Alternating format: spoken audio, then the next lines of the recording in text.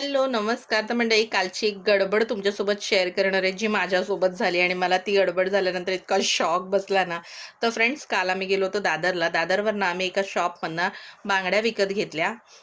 बेंटेक्सच्या बांगड्या होत्या ₹500च्या. तर बिल वगैरे झालं. बिल वगैरे घेऊन आम्ही बाहेर निघालो आणि थोडीशी पावसाळ्याची खरेदी होती म्हणून 1-2 अशा गल्ल्या चक्कर मारल्या. तेव्हा आम्हाला ना एक स्टॉल लागलेला दिसला. त्या स्टॉलवरती देखील बेंटेक्सच्या बांगड्या वगैरे लागलेल्या होत्या. तर म्हटलं चला आपण पण जाऊन बघूया. आम्ही पण त्या स्टॉलवरती गेलो आणि जी बांगडी मी स्टोअरमधनं घेतली होती ना, सेम टू सेम बांगडी मला त्या स्टॉलवर दिसली. मीही लगेच ती बांगडी उचलली. त्याची फिनिशिंग, त्याचं जे कलर आहे, सगळं डिट्टो सेम होतं. म्हणून मी लगेच त्यांना विचारलं, की "कितीला आहे भाऊ?"